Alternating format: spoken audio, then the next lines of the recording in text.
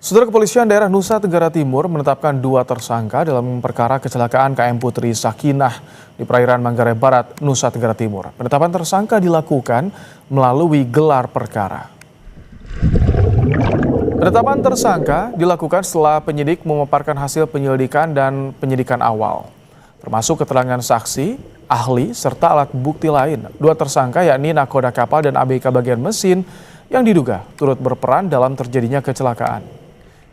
Penyidik Satreskrim Polres Manggarai Barat akan melakukan koordinasi dengan jaksa penuntut umum serta menyusun dan melengkapi berkas perkara.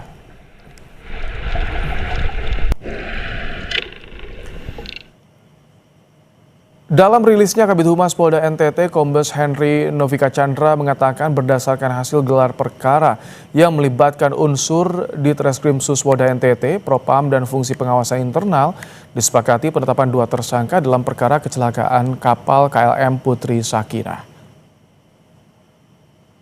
Ya, saudara, penyidik juga menilai terdapat unsur kelalaian dalam pengoperasian kapal yang mengakibatkan terjadinya kecelakaan laut dengan korban jiwa.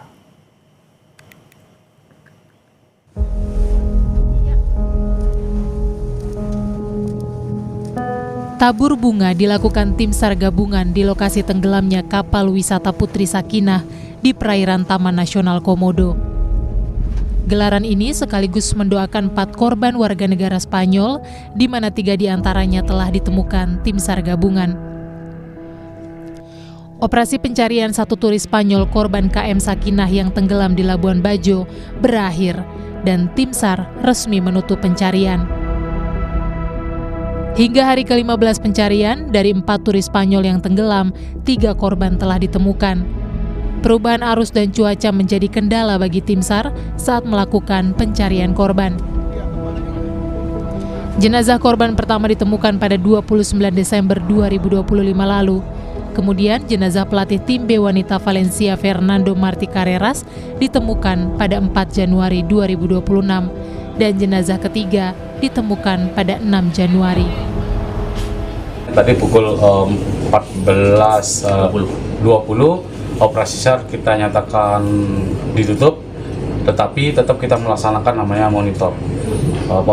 Kita melaksanakan monitor terhadap 1 yang belum diketemukan. Untuk kendala sendiri kita hadapi adalah memang kita melihat adanya perubahan-perubahan arus yang kita lihat di Labuan Bajo ini, dan juga perubahan terjadi adalah perubahan yang cepat sekali terjadi, sehingga ini yang menyulitkan tim, dan juga posisi lokasi kejadian kapal itu tenggelam pun itu menjadi kesulitan bagi kami untuk mendeteksi awal posisi keberadaan kapal itu sendiri. Peristiwa KM Sakinah tenggelam terjadi pada Jumat 26 Desember 2025. 4 dari 11 penumpang dinyatakan hilang. Keempat korban merupakan pelatih tim B wanita Valencia Fernando Martín Carreras dan ketiga anaknya. Kabar ini juga menjadi duka bagi sepak bola Spanyol dan atensi pemerintah Spanyol. Istri korban juga sempat bertemu dengan Gubernur NTT. Selama pencarian, 168 personel tim SAR gabungan dan 18 kapal dikerahkan. Sonar sistem dan SIBOP juga diturunkan di lokasi tenggelamnya kapal Putri Sakinah guna mendeteksi bangkai kapal di lokasi tenggelamnya kapal Putri Sakinah. Tim Liputan Kompas TV.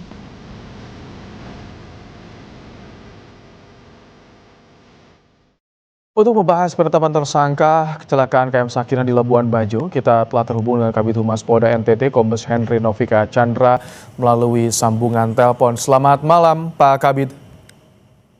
Selamat malam, Mas Ibrahim. Pak Kabid, ini kan 2 orang jadi tersangka. Ini dasar penetapannya apa? Apa bentuk kelalaian yang dilakukan oleh 2 tersangka ini, Pak? Sebelumnya terima kasih, dan kami pertama-tama menyampaikan duka cita yang mendalam kepada keluarga korban, dan ini menjadi pembelajaran bagi kita semua untuk mengutamakan keselamatan sebagai kebutuhan. Bagaimana tadi disampaikan Mas Ibrahim terkait masalah alasan penetapan 2 tersangka, yaitu berdasarkan bukti, alat bukti dan barang bukti yang sudah dilakukan gelar perkara oleh teman-teman penyidik pada tanggal 8 Januari 2026, penyidik menilai terdapat unsur culpa atau kelalaian dalam pengoperasian dan pemeliharaan kapal yang mengakibatkan kecelakaan laut dan korban jiwa. Secara khusus terhadap nahkoda inisial L diduga lalai karena pada saat kejadian tidak berada di ruang kemudi sehingga tidak dapat segera mengambil tindakan pengendalian kapal ketika mesin mati dan mendadak di tengah cuaca buruk. Kemudian terhadap KKM inisial M diduga lalai dalam memelihara pengoperasian mesin sehingga menyebabkan mesin mati secara tiba-tiba. Begitu, Mas Ibrahim. Pak Kabid, kalau kondisi kapalnya sendiri bagaimana? Apakah layak untuk menyeberang? Masalah kelayakan kapal masih dilakukan penyelidikan dan penyidikan berdasarkan pengumpulan bukti oleh teman-teman penyidik. Nanti akan disampaikan lebih lanjut kepada publik. Sementara kita tetapkan tersangka dulu untuk nahkoda dan juga KKM yang dengan menggunakan pasal 359 Kitab Undang-Undang KHP tahun 1946 yang kita contohkan pasal 330 Undang-Undang nomor 1 tahun 2023 tentang KUHP yang baru. Dan kita contohkan pasal 20 huruf C Undang-Undang yang sama. Seperti itu, Mas Ibrahim. Kalau saat kejadian, dua tersangka ini apakah ada upaya untuk menyelamatkan para penumpangnya, Pak Kabid? Termasuk ketersediaan life jacket bagaimana di sana?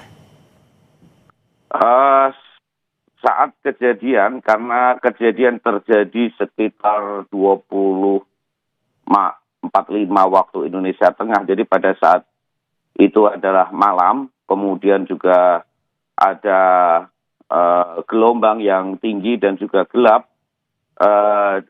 Dari hasil penyelidikan awak kapal termasuk nahkoda yang selamat, mereka terjun langsung di dalam kondisi yang darurat dengan gelombang yang tinggi dan indikasi bahwa keduanya sengaja meninggalkan korban atau tidak berusaha menyelamatkan penumpang. Ini masih kita dalami karena memang pada saat itu situasi sangat sulit dan kaotik. Sehingga teman-teman penyidik fokus sementara terhadap pada dugaan culpa atau kelalaian sebelum terjadinya accident. Begitu, Mas Ibrahim. Kalau kedepannya apakah hanya fokus di dua tersangka ini atau akan ada pemeriksaan lain seperti memeriksa juga pemilik kapal, Pak Kabid? Di dalam peristiwa ini penyidik masih terus melakukan penyelidikan dan penyidikan dan terus berkembang. Dalam hal ini penyidik dari Satreskrim Polres Mabar, Satpol Air di backup oleh penyidik dari Polda Nusa Tenggara Timur, baik dari Direktorat Pol Air maupun Direktorat Kriminal Khusus, masih melakukan pengembangan dan pengumpulan bukti, baik barang bukti dan alat bukti, sehingga bisa terjadi ditemukan peristiwa pidana yang lain, Mas Ibrahim. Jadi masih di dalam proses penyidikan sehingga bisa menjadi terang benderang di dalam peristiwa tragedi kecelakaan laka laut ini. Kombes Henry Novika Chandra, Kabid Humas Polda Nusa Tenggara Timur, terima kasih telah menyampaikan informasi terkininya dalam program Kompas Malam hari ini. Terima kasih, Pak Kabid.